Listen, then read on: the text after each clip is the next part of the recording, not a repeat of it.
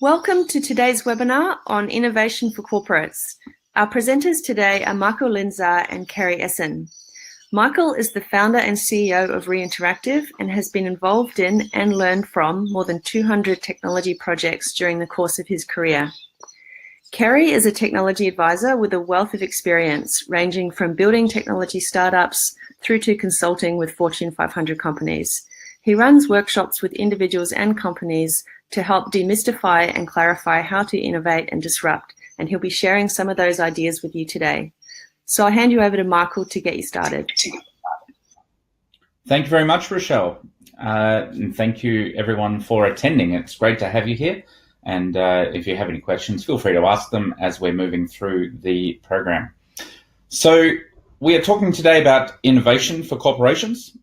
This applies to any size corporation really, but mid-market to enterprise is where we're focused, and helping them work out how do we actually innovate in their own company or disrupt their own business. So a little bit about Reinteractive. Reinteractive is a software development company. We're a registered Salesforce partner and also an Amazon consulting partner. I actually just got that upgraded to an advanced consulting partner. Our expertise really is in large-scale complex applications that work with a broad range of technology, and we've worked with a whole bunch of different companies, as you can see down the bottom there. We build very complex web-based software that handles business processes, automations, or goes in and disrupts that business for a new product or a new service that they want to launch or create. We've been doing this now for about 10 years, and as Rochelle said, over 200 different applications built or managed in that platform. Our speakers, that's me in the blue and Kerry there. We've got a wealth of experience between us. We've been working in this industry and seeing all sorts of different projects. And during that time, we've come up with proven methodologies and ways in which you can go about really handling a software project so that it has a much greater chance of success. I can't say that every software project will be a success because the statistics just don't back that up. Some software projects fail, and that's the nature of the work that we do. But the trick is to work out how can you fail if you're going to fail in the least expensive manner, and if you're going, how can you improve your odds of succeeding by following a process that's going to increase that odds to higher levels. So this ability to do that is something that Kerry and I have both learnt over the years in being involved with many software projects. And there is a common set of things that the software projects that succeed have in common. And that's partially what we're going to go over today, and hopefully help you out with some ideas on that. Heather Simmons, in the book Reinventing Dell, said those who disrupt their industries change consumer behavior, alter economics, and transform lives. Disruption in a business or in a corporation is critical to that corporation's success. There is a truth in the world that we live in that nothing truly stays the same. You're either expanding or you're contracting. And there is no such thing as a static state of no expansion, no contraction. Because if you do not expand and you just stay the same, at the very least, the rest of society is going to keep expanding without you, and you'll be left behind. Even if you just look at inflation, if you weren't the same today as you did 20 years ago, you will be earning less as everyone else in your comparable industry. So you have to keep expanding and growing and getting better at what you do and changing sometimes what you do. It doesn't matter if you produce the best whip for a horse-drawn cart. If that's all you did for the last 200 years, you'd be in a lot of trouble right now because there aren't that many horse-drawn carts being sold. So the disruption and innovation that you have to do on a yearly, every few years basis within your company really can't be underestimated. And it's something that's very important for you to push forward on. So why is this critical? I actually just wrote a blog post on this called Disruption is Not a Game of Follow the Leader. And it's about the hamburger industry with McDonald's and all of these startups And the link's just there, and it will be sent to you after the webinar. But what I talk about in there is that McDonald's itself was a major startup disruptor of their industry back when they actually started.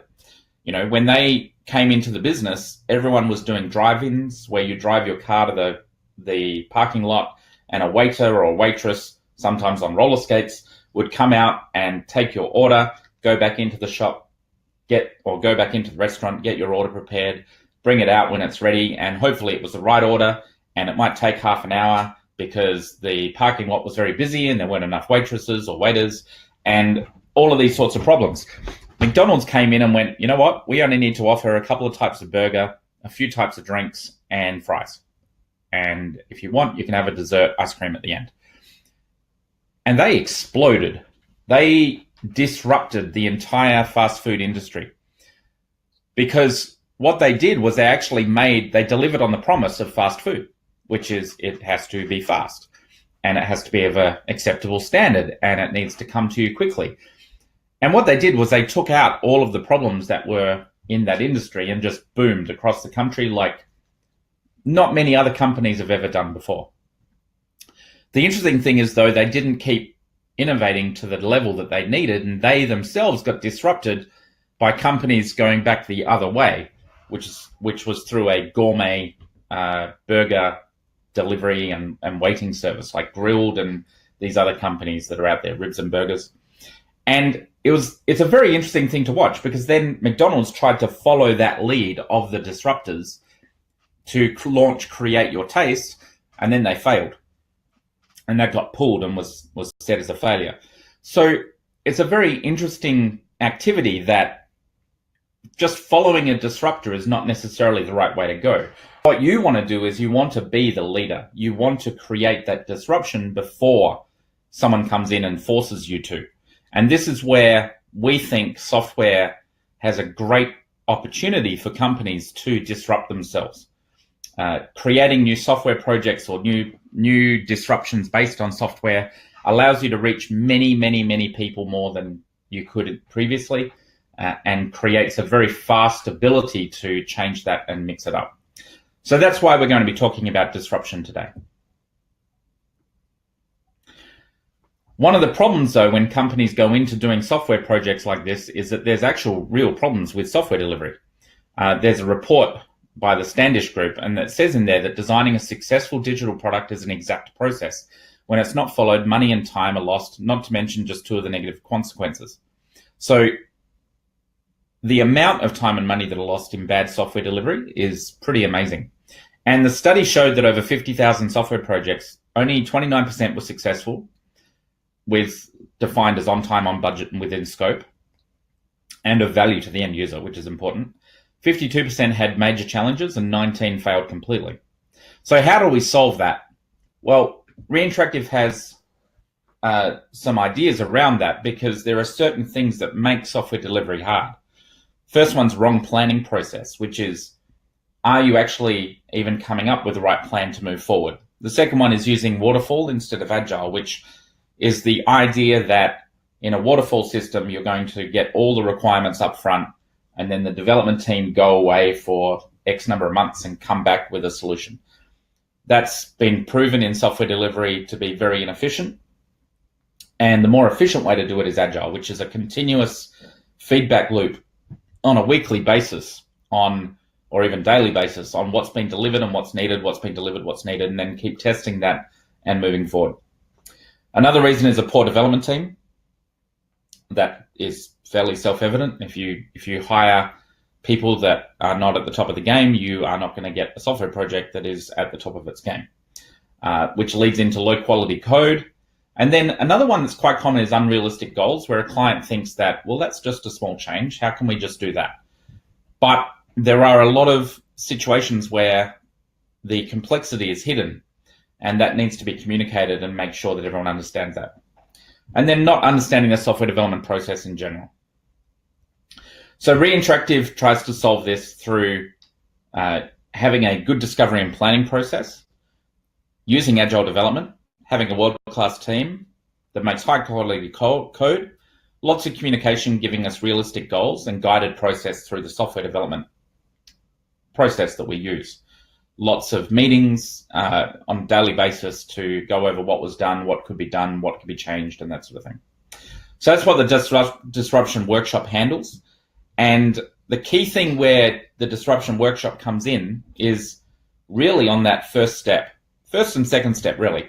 The good discovery and planning process is a key point of the disruption workshop.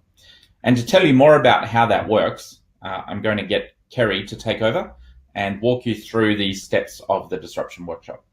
Over to you, Kerry. Thanks, Michael. Yeah, guys. So look, I mean, as Michael was saying, disruption in corporations can be a little bit, complex if not handled correctly and without following an appropriate process. I suppose, when we think about the disruption looks like and how disruption can work, we need to take a very close look, I suppose, at the very first step, which is coming up with an idea. Right? And I mean, every single disruption journey out there begins with a single idea. And regardless of whether you look at from a corporate world or you look at from the startup world, everything comes down to that simple idea. And in all reality, every single idea that has ever been had has only ever been limited by the lack of action, right? So if you're not there and willing to take the action against the idea and drive that idea into the hands of your customers, then ultimately that idea goes nowhere, right? It has no legs, it has no growth, it has no basically work behind it to be able to come into a reality and impact people's lives. So absolutely, idea is the solution, but ideation on its own helps you understand what problems you have. What problems your customers have that you're aiming to solve. So we take a look at that from that side of it. I suppose the process that we now need to go through is have a look at brainstorming 5 ideas and keeping in mind the 5 principles. And the 5 principles really are dreaming big and having no limits. Okay, so if we think about, coming up with any idea, ultimately the first thing that we want to do and understand is the fact that we have absolutely no limits with this idea. Because if we limit ourselves, then we don't know how far we can go. We don't understand the path that we can go down. We don't understand the direction that we can get. So basically, first guiding principle is having no limits and dreaming big. The next guiding principle is basically following the process. The process that we kind of take you through and the process that this step takes you through really does give you a set direction and gives you a path and effectively leads you towards an ideal outcome. So following that process and keeping that process there is absolutely critical and very, very important, and it's why it's one of the guiding principles. The third principle that we really want to think about and be able to understand is collaboration. Generally speaking, whenever we sit down and we go through an ideation, every single person in the room will bring something to the table. Everyone there has a different background, they have different experience, they have different thoughts and different concepts, and they'll view ideas differently and they'll come at them from different angles. So it's really, really important, and that's why that step there is the next step in the principles, in collaborating together so that we can understand what the path we take, and we can then all sort of put all of our ideas together and create this overall picture of what the problems our customers have that we want to solve. The next step that we want to look at there is effectively to be able to stay on task. It's very easy for us to get distracted and look at not sort of focusing on the point in time moment that we're in. We're all human, we all do it, we get distracted quite easily. Ultimately, if we stay on task, if we stay focused, the outcome that we have is much, much better and a lot more powerful for us at the end. So if we sort of look at that, we're brainstorming our ideas, we're getting them there, we're following the principles, we're keeping it all together. We then have to come up with, well, you know what, we have all of these great ideas. We've got 5, fantastic ideas. They're all solving our customers' problems. But you know what, we have to focus on a single one so that we can put all of our energy, time, and effort into that single focus. So how do we do that? Well, the way that we choose the idea that we're going to run with is effectively using an initial validation process, initial customer validation process. And that process really comes down to having validated feedback from our customers about the ideas that we have. Okay, and those ideas that get the most validated feedback, to get the highest rankings, ultimately then start to wean out those that don't have as much validated feedback. Then we can basically bring it down and define it down to a single concept and a single idea that we can use to run. And the reality is that not always do you just come up with that very one singular idea out of the 5. You actually may combine some of those ideas into a single idea because the validation, the feedback you get actually warrants that kind of combination. And really it is just a process that we go through, and the process that you step through to come up with that.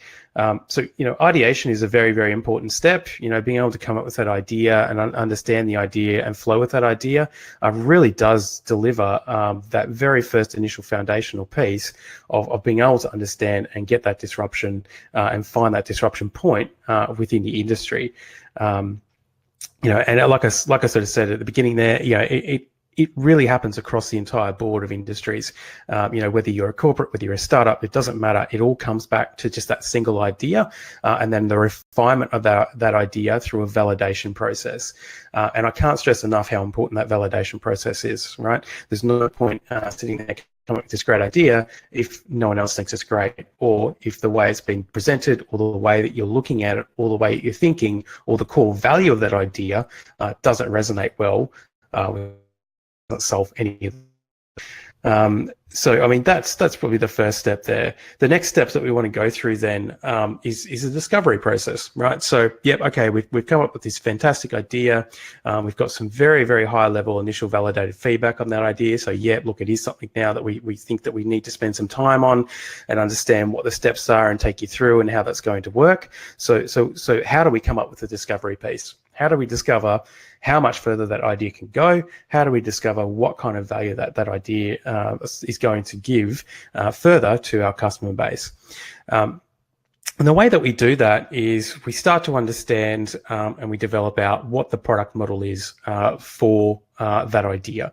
So we've got the idea. Now, how do we develop out the product model? You know, we need to understand all of the things around, you know, what's the product's unique value proposition? What are the problems that our customers face, and what are the solutions? How can we solve those problems that our customers face with this particular product?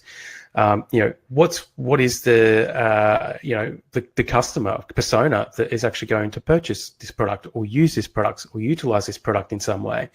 You know, we need to understand that customer at that much deeper level so that we can understand exactly what the product is going to do and solve those problems.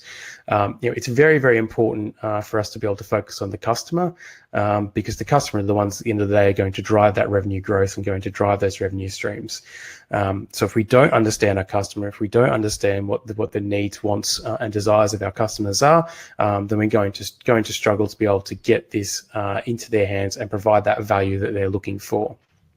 You know, throughout this as well, you know, with the discovery, we need to understand what the lean business model is. So right now, of course, you've got a business model, you've got a business plan, you know, and I'm sure that the corporation and the business is following that business model and that business plan. But it's also interesting when you effectively create a lean business model and a micro business model around a particular product and around a particular customer segment.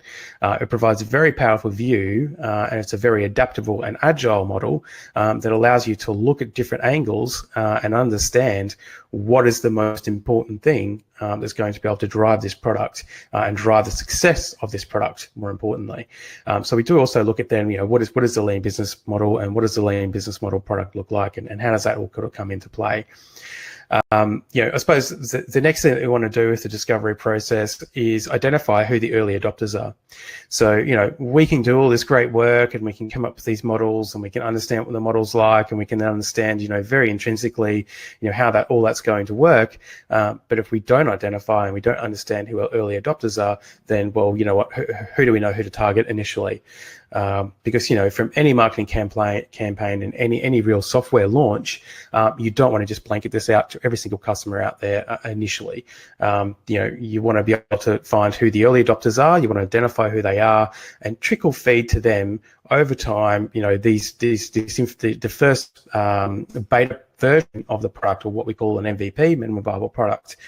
You want to be able to provide that solution to those customers so you can get real-time validated feedback again before you start mass marketing the product.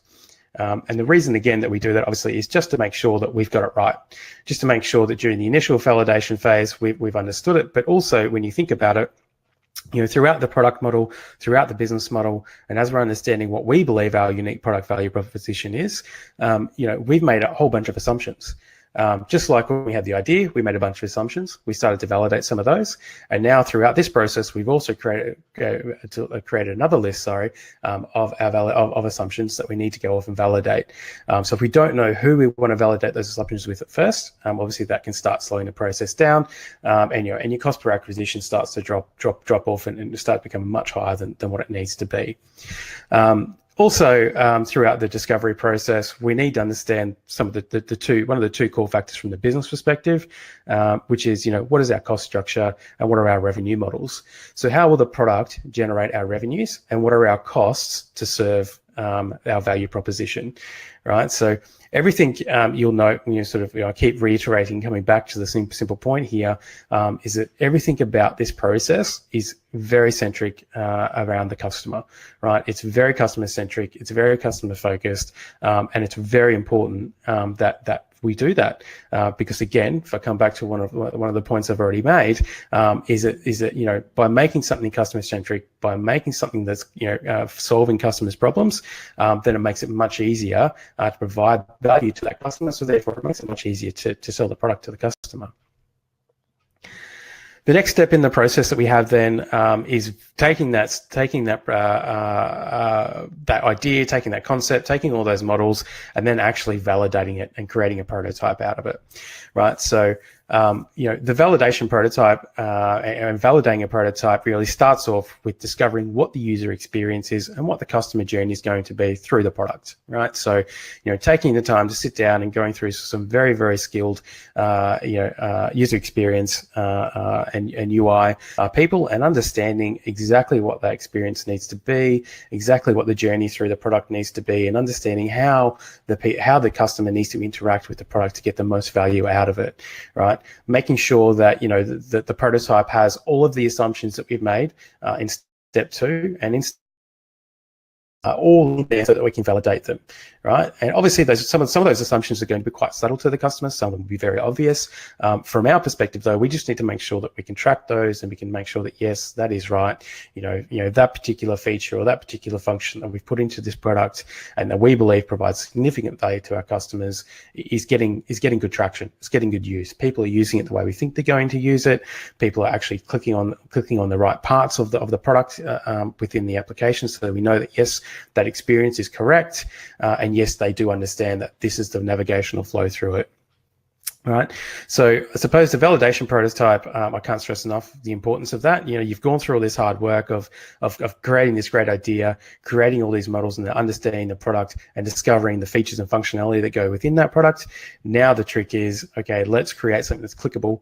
Let's create something that actually has some visual and validate all of those assumptions further and really make sure that this product is going to drive home what we need for those early adopters. So when we launch this out and those early adopters take hold of this, they'll completely embrace the product to its fullest because we've done all of that testing, we've done all that validation, and we know it's correct. And of course, obviously, along that way there, we're going to learn a lot. Okay, we're going to learn if yes, we what we originally thought was correct, or no, we need to pivot and we need to adjust this particular component, or you know what, the whole idea that we had in the first place is actually incorrect, and we need to take a look at a slightly different approach and rework that and adjust it and revalidate it. Okay, and it does happen. Okay, so it does happen where we thought, yes, this is exactly what our customers want, and they've given us feedback in that first round saying, yeah, we want that, that's how we want it to work, and yes, it's going to be amazing. But then we actually get them the physical prototype and the clickable prototype into their hands, and they say, oh no, that's not quite what we're after. Or look, I'd probably use it, but I may only use it once a week. And we want them to use it every day. We want them to become an integrated part of their lifestyle, so that we can get that engagement and that constantly having our vision and our business in the forefront of their minds. So yes, sometimes we need to go back to the drawing board, adjust the prototype, adjust what we're thinking about with the idea a little bit, adjust the models, and it could be that we need to adjust our customer persona as well. Maybe we got the customer persona wrong. That's very rare, but it does happen. So ultimately, you need to go back, revalidate, and relook at all of those customers. Relook at that idea and those models, and see if we have to adjust them. But the idea behind that is the general progression towards something that will be extremely professional and have an extremely large impact in our customer base and solve the problems that they're after. Okay, so look, I mean that's the three-step process, and why this strategy, and I think I probably covered off a little bit, and you might be picking up why the strategy works. By following that strategy and by following the process through of ideating, discovering, and then going through the prototype phase and validation phase, you're actually going through a process that is proven to create success. Okay, this is lean development at its finest, and this is the lean and agile development process at its finest. You've got to go through these steps to understand a couple of things and a couple of key things. First of all, you have to understand what the problem is that you need to solve, right? Number two, you have to focus the entire product and your entire thinking around the product and the needs and wants and things that the product will do around the customer.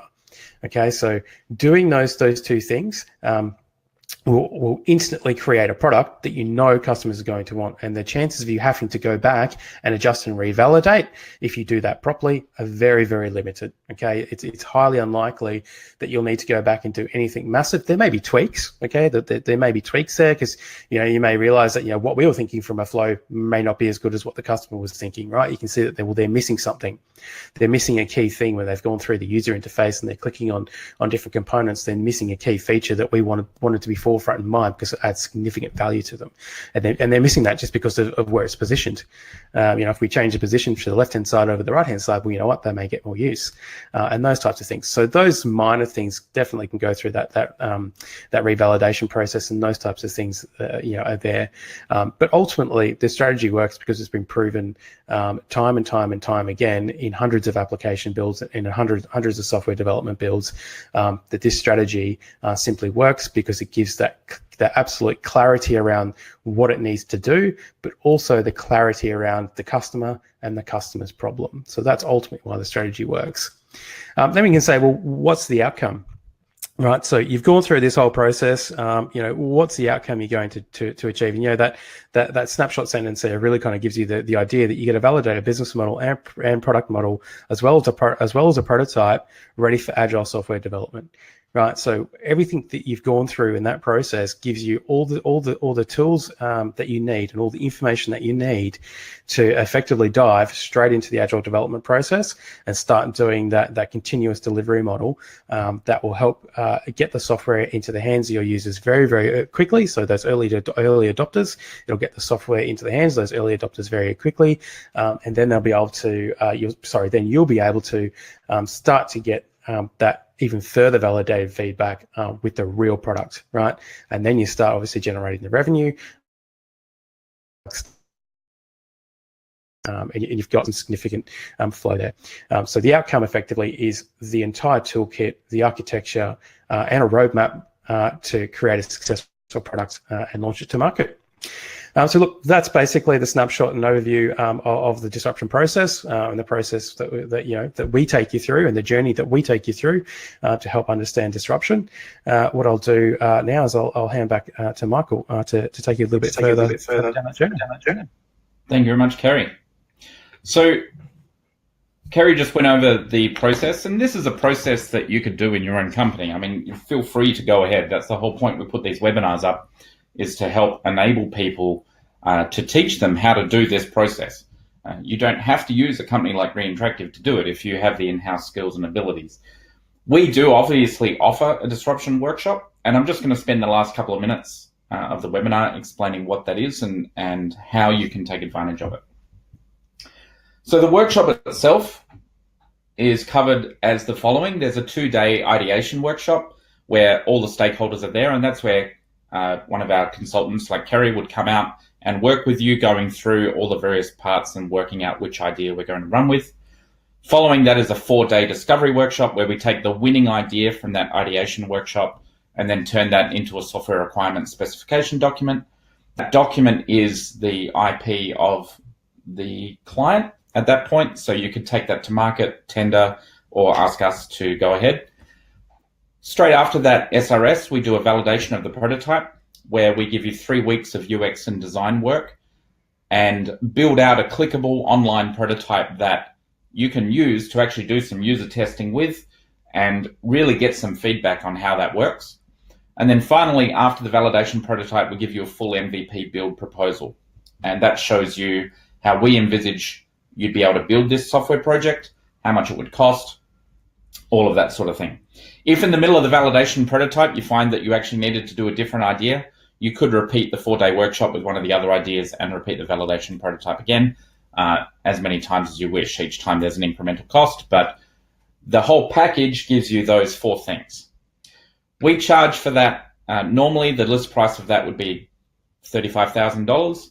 And it's priced just under 30 grand at $29,950, which is a $5,000 saving and 15% off for that whole package. We think it's a good target price to come out with a validated prototype that has had some user testing and a very clear path forward on the overall solution you're going to build. So that's the end of the webinar. I want to thank you all for coming. If there are any questions, feel free to ask.